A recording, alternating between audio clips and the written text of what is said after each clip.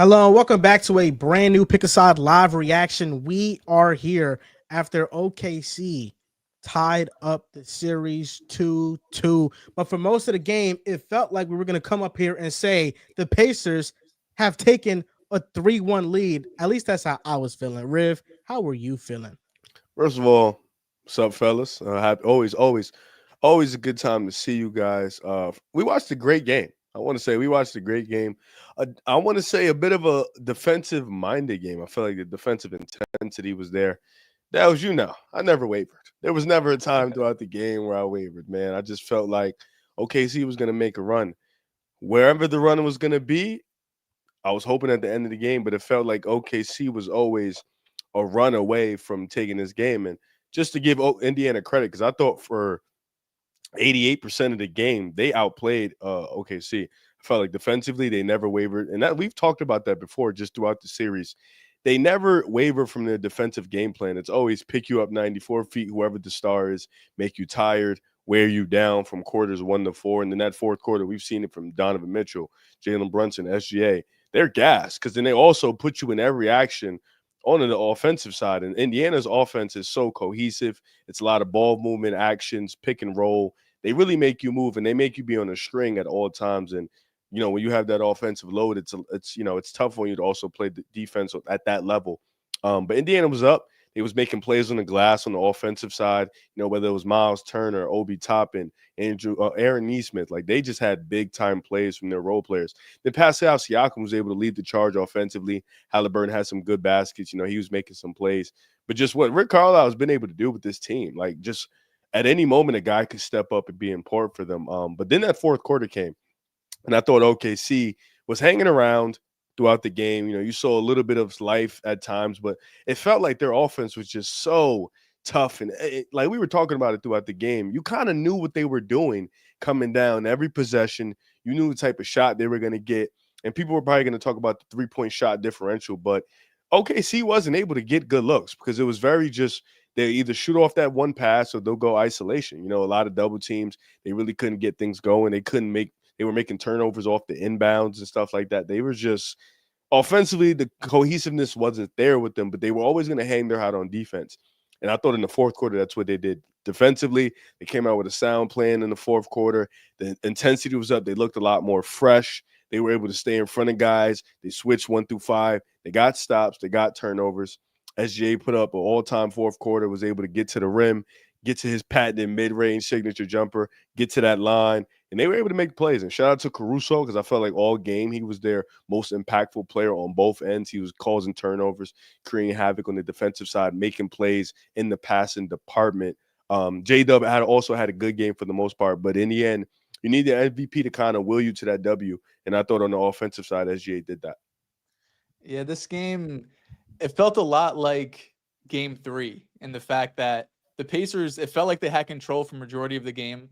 I felt like in both games that the Pacers had to win because if you're going to lose a game where you feel like you were the better team, it's hard to do that to the Thunder multiple times. I know they may not have looked the best this season, but what we've seen before this is more often than not, they show up. This is another opportunity for them to avoid going back-to-back losses, which they haven't done throughout these playoffs. They get the win there on the road. So even though it wasn't the prettiest win for OKC, it's a win where they didn't play as good as we know they can. And it's a game where it feels like they got outplayed for Indiana, but by Indiana for a majority of the game. But what it came down to was the fourth quarter. It felt like, again, the Pacers were in control. But the fourth quarter of this game, OKC outscores Indiana 31-17, right? And then by the end of it, unless some miracle happens, and if Mathurin hits some free throws, maybe a miracle does happen. But by the end of it, you kind of know who wins the game. It's basically the same thing that happened in game 3, where Indiana goes and outscores OKC 32-18. And they were the one in the fourth quarter that took control. They were the one that hitting buckets down the stretch. They weren't fouling Shea, that he gets 8 free throws in the fourth quarter. So it was just a lot of the things that have been staples of this series. Just make it tough on Shea, get out in transition, play good defense. It kind of fell apart in that fourth quarter. And then even after all of that, they still had a chance to win it. And Benedict Mathurin has honestly one of the worst minute stretches I've ever seen in a basketball game. Just misses 4 free throws. Or is it 3 free throws he ended up missing? 3 out of 4? Or is it all 4? Missed Four. Could have been all four. He had 4. He had the inbound fouls. He just, after all of that, you still had a chance. And if it wasn't for just some disastrous play, it hurts even more. So, with that being said, I was expecting OKC to come out and win tonight just because that's what they've shown all season long and all playoffs long. But it really feels like a missed opportunity for Indiana, who, like Riv said, just felt like the best team all night. I agree. I was getting ready to sing Indiana's praises for taking a 3-1 series lead because they looked like the better team through 3 quarters, and it looked like they were going to have another incredible fourth quarter showing and take this game. And I was going to sing the praises of Rick Carlisle and how prepared he's had his team because we know OKC's a more talented basketball team, but I think the schemes that Rick Carlisle has implemented has given Indiana a chance. What they've done on offense, we have never seen OKC's defense as stressed out as it's been guarding Indiana in this series. Indiana was generating easy offense, and then on defense, the ball pressure that they started in game 3 translated to this game, and OKC didn't have much answers. Their offense was isolation centric. It was either one pass and a shot or no pass at all. Shea finished this game with, I believe, 35 points. Heading into the fourth quarter, he had 22 points and 0 assists.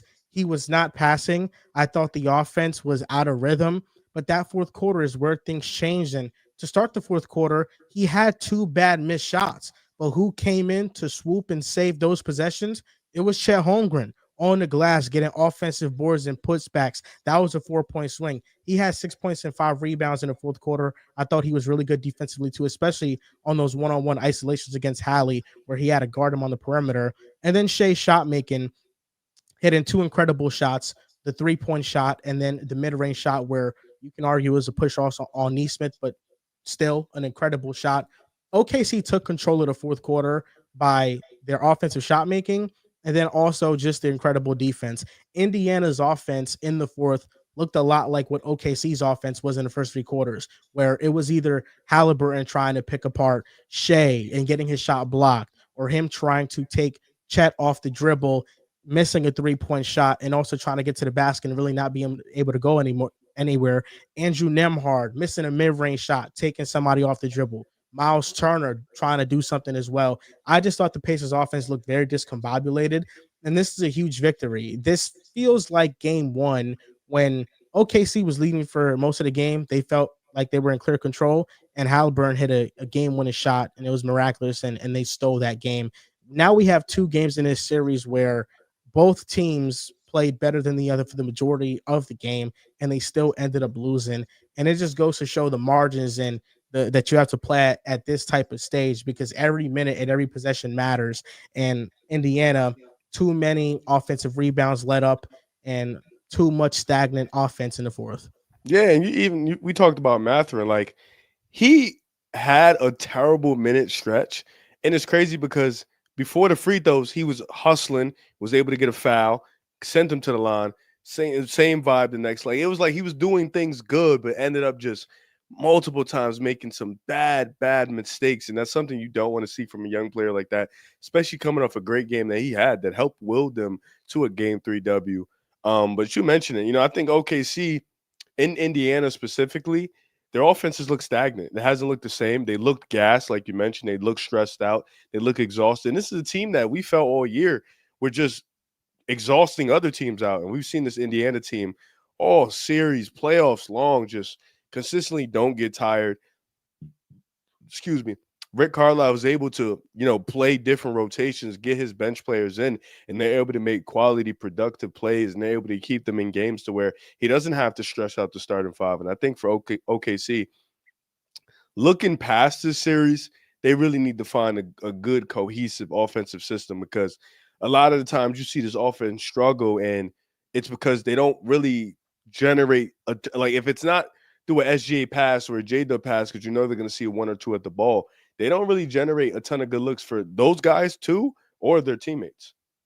Yeah, I mean, a lot of it is just kind of one-on-one. J-Dub, all right, go try to get a bucket. Shea, go get a bucket. And when you have, especially Shea, who's so efficient at doing it, I kind of get it, but you would also like to have the ability to, get those guys easy looks, whether it's having sets or having them off ball, which we've seen throughout the series. Don't get me wrong, but compared to Indiana, who just runs just such a unique offense, it's probably not fair to compare. But I hear what you're saying, Rib, and I think that's why Halliburton's so frustrating, because last game and this game, really obviously he didn't hit his shots, but I felt like in last game, we talked about this, Joel, on the live, he was just being quick with his decision making. If he wanted to get downhill, he would get downhill. If he wanted to pull up for three, he would pull up for three. What he was doing in this game, like we saw to start the series in OKC, is he's just dribbling too much, and he's trying to attack, then come back, then drive and come back. And I know he's able to create separation that way, especially with his step back. That's probably his number one move in his bag. That, it depends who you ask if that's a bag or not, Riv, but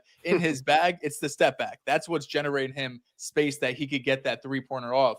But I feel like when he's just doing it again and again, it's never good offense, number one, because he's dribbling the ball a lot, and it just hasn't been an efficient shot for him. We saw him when he was able to get downhill and actually get to the basket. That's when it felt like he was at his best and he was playing, most confidently, I should say. So it's just frustrating because we saw that he can do that, and we saw he could go out there and really will you to victory like he did in the second half of last game, and then this one, it just felt like you're back to what you were for the first two games. So I still think this series, I really feel now is up for grabs. Like even after after it was 0-1, I think we all agreed, like, oh yeah, the Thunder could do it. When it was 1-1, we're like, oh yeah, the Thunder are gonna win easily. Then they go up 2-1, we're like, oh shit.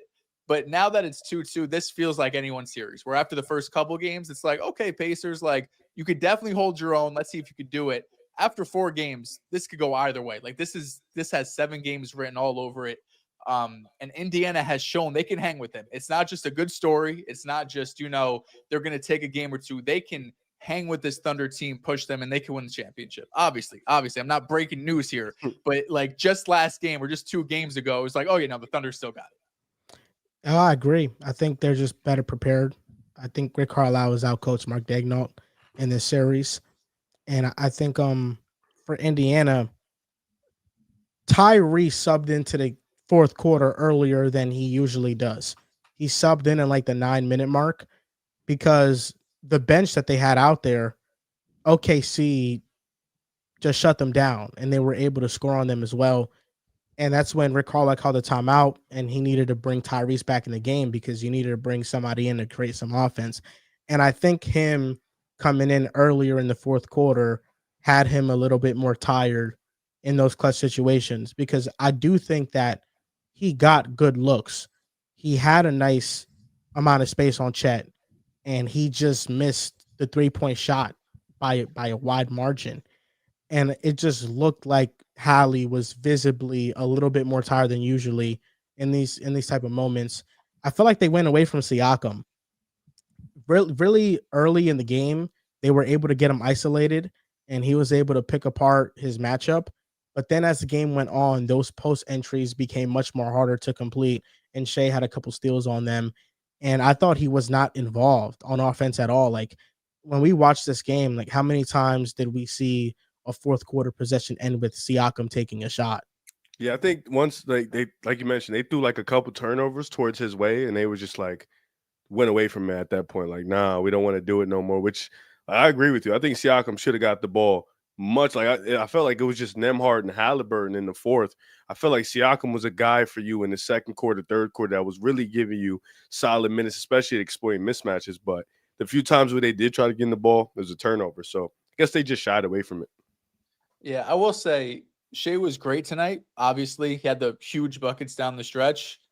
I don't think this is repeatable. Like a game where the offense was that bad for that long, and then the fourth, like of course Shea can get elite shot making anytime, and even when the offense was struggling, he was still pretty efficient. He was like 9 for 20.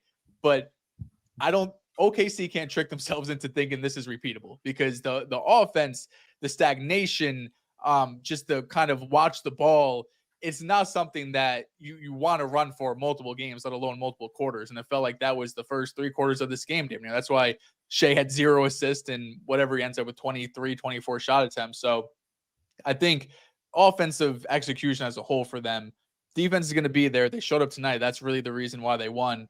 But if they could step their offense back to, what we've seen a couple games prior, where early in the game they're getting like Chet involved, and J-Dub even has 27 tonight, a lot of free throws. But regardless, it was it was ugly for a long time. I keep thinking OKC can't win like that, and they continue to win like that.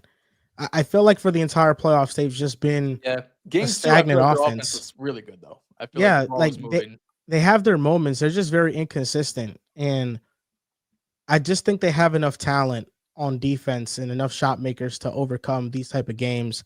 0 assists.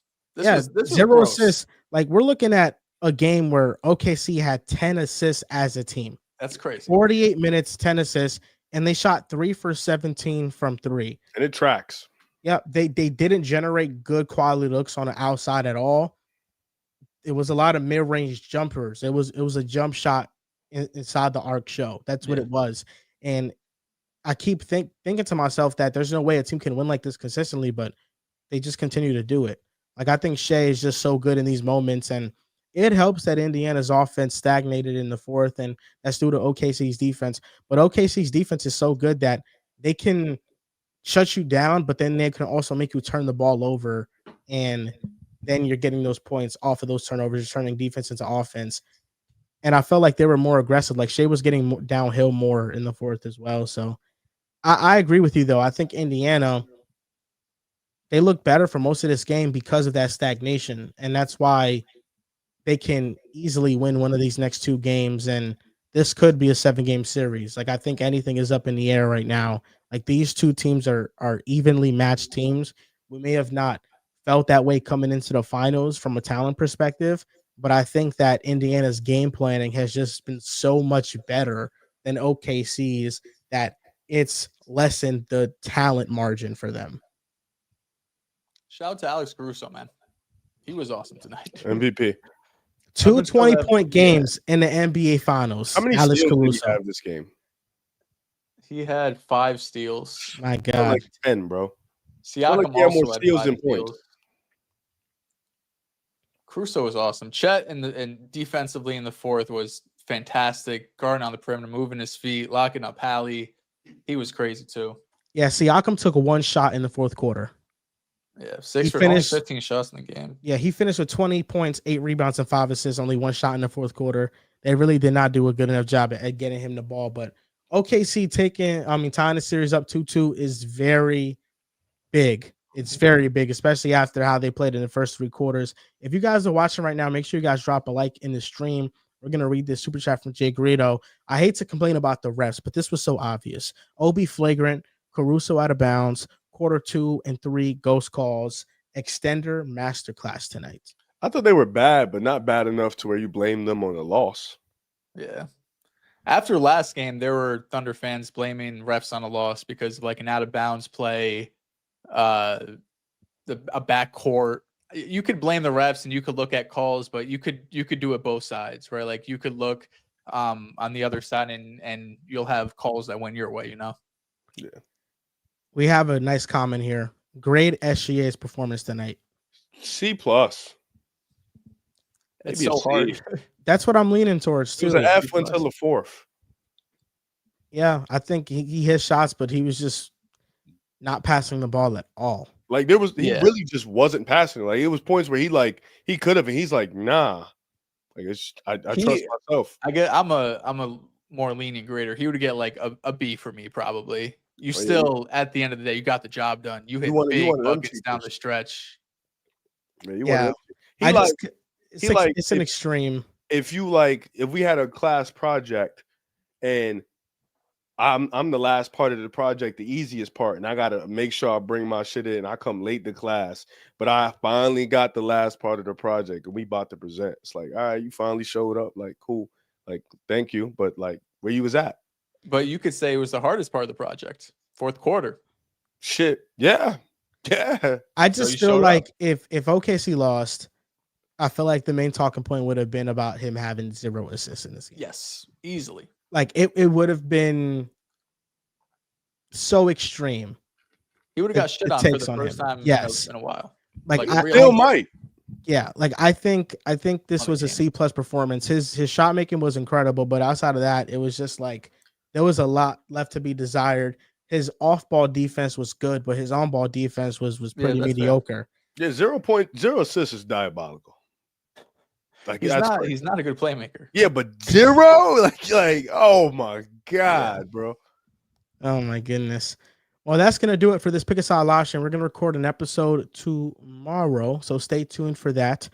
And also, while you're at it, watch our last episode, our latest one. It's 4 a hours. very long episode, so maybe some of you guys haven't finished it yet, but make sure to watch it. Like the video, please subscribe to the channel. Thank you for watching, and we'll see you guys next time.